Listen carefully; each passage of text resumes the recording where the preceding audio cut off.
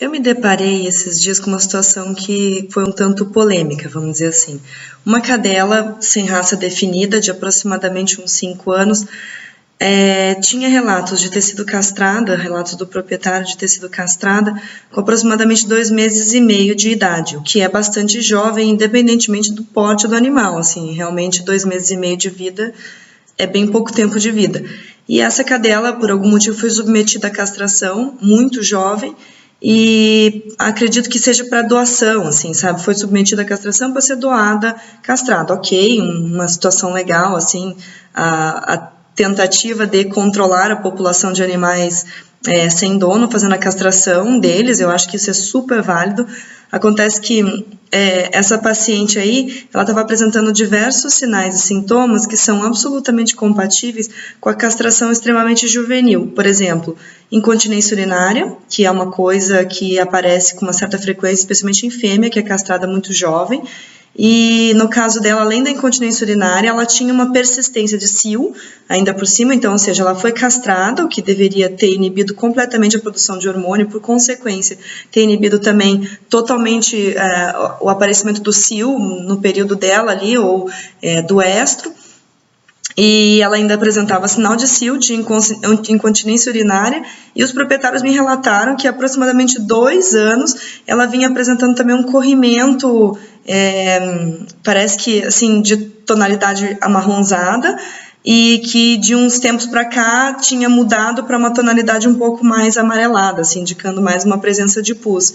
E imagine, você há 2 anos com um corrimento vaginal desconhecido, incontinência urinária, cio mesmo estando castrada, então, ou seja, tudo muito errado, assim, vamos dizer, para a cadela, né? Ela não estava numa situação confortável e os próprios proprietários, assim, também ficavam preocupados, só que desde que levaram em outros veterinários, os veterinários disseram que esse corrimento vaginal era normal, que isso não tinha nada a ver, que não recomendaram fazer nenhum exame de imagem.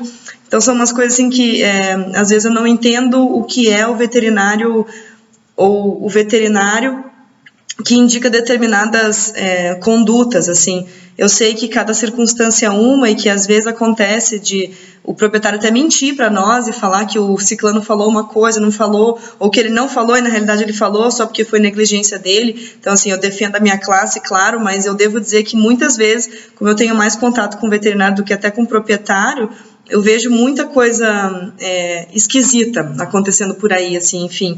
E essa castração extremamente jovem, ela é algo que, na minha opinião, e pensando assim como médica veterinária, não deveria ser feita, deveria ser uma coisa, sei lá, proibida, porque muito novo o paciente, especialmente fêmea, assim, às vezes não consegue...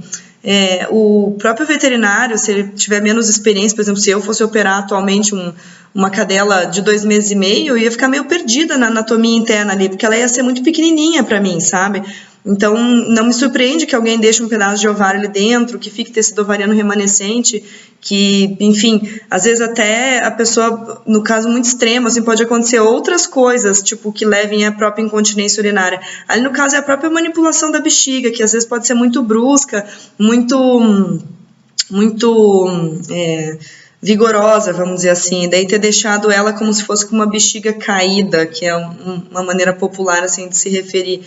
Então, eu sei que ninguém tem obrigação, né, de saber nada sobre conduta de veterinário, se ele é bom, se ele é ruim, se ele é legal, se ele não é legal, mas a questão é que, sei lá, gente, vamos pensar, né, tipo, castrar com 2 meses e meio é muito novo, muito novo. Eu não sei agora se essa proprietária estava falando a verdade ou não, porque a gente pode pensar que talvez não fosse ela, assim, que tenham passado para ela que a cadela tinha uma determinada idade que ficou na cabeça dela como, tipo, 2 meses e meio. Na realidade, era 4 meses e meio, 6 meses, sei lá.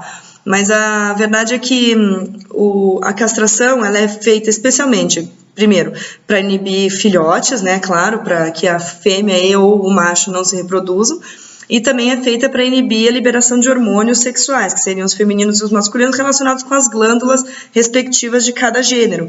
né? No caso das fêmeas ali com os ovários, e daí por consequência o útero que acaba sendo tirado, porque você não vai tirar o ovário e deixar o útero lá. E no caso dos machos, testículos, que seriam os grandes produtores de testosterona. Esses hormônios sexuais que todos nós produzimos, eles estão e podem estar relacionados com a formação de diversos tipos de neoplasia, tumores, como, por exemplo, neoplasia de mama nas fêmeas, neoplasia de útero, neoplasia de ovário, esse tipo de situação assim, envolvendo o sistema reprodutivo feminino. E no caso do macho, neoplasia de testículo mesmo, neoplasia de próstata, que são, assim, aparentemente correlacionadas com a produção crônica ou em excesso de testosterona. Então, se você vai lá e castra antes do primeiro cio, teoricamente você inibe toda essa produção hormonal sexual e o paciente vai, teoricamente, ficar quase que 100% livre desse tipo de câncer. Câncer de ovário, de útero, de mama, de próstata e de testículo, principalmente. Então, além de outras coisas como distúrbios hormonais, tipo ovários policísticos, né, distúrbio comportamental, às vezes no macho, de excesso de agressividade, tudo, marcação de território, tudo isso você vai se ver teoricamente livre. Só que, ao mesmo tempo, esperar, tipo, às vezes, o primeiro cio para castração, no caso da fêmea, não vai alterar tanta exposição dela hormonal a ponto de, tipo, expôs uma vez, causou câncer, sabe? Então, para, de repente, esperar ela estar anatomicamente mais preparada, para, sei lá, assim, tentar fazer uma coisa que seja um pouco mais, ou um pouco menos agressiva para o próprio paciente. Eu não sei o que vocês acham, que tal me darem uma opinião. Esse é o Diário de uma Ultrassonografista Volante, meu nome é Fernanda Demarque Assunção.